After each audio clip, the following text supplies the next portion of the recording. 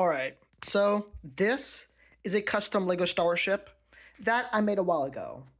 In fact, this is actually my oldest ship that I still have, and it is one of my personal favorites.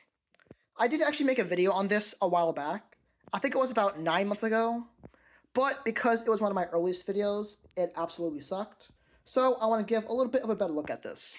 And obviously, I'm not going to be redoing all of my old videos. That would just be lazy and seem like I'm running out of content. I just want to redo this custom ship because I do really like it. On the original video, someone did suggest that I call it the Rebellion Landskiff because I said I did not have a name. And I do like that. It's just this thing isn't really much of a landskiff, but that shall be the temporary name because that is a lot better than not having a name at all. As you might have noticed, the ship is mostly light gray with some dark gray and some nice red accents, which I feel like looks pretty nice. On the sides, there are these two pretty thin wings, but I think they look decent. And I did use 3 of those little printed pieces just because I think they look nice, and they are an easy way to decorate a build.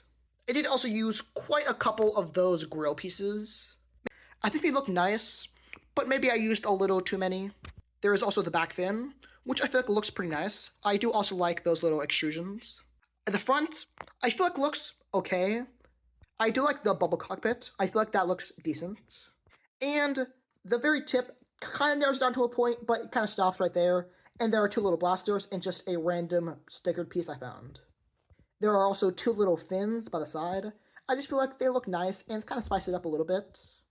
But you can, of course, open it up and see a nice dark green chair with a little control panel, which you can, of course, put a figure inside and close it up. And I feel like it doesn't look half bad. Near the back, there is the other bubble, but with this one, you can't just open it up and put a figure inside, because I couldn't figure out a good way about doing that, because everything I tried, it just looked a little too weird. So instead, you just take it off. Inside, there's a little seat for the passenger, a little control panel, and a storage spot behind them. The figure just goes in, and you just kind of put it on top. And I feel like they don't look half bad, but maybe they are a little bit short. In front of the passenger, there is actually a little hatch, which you can open up to reveal another storage spot, which is pretty cool, and it actually has a decent amount of space in there. There is also a spot to put an astromech droid. It's actually just right there. And to access it, you just take out this whole little brick. And the astromech just slides in like that.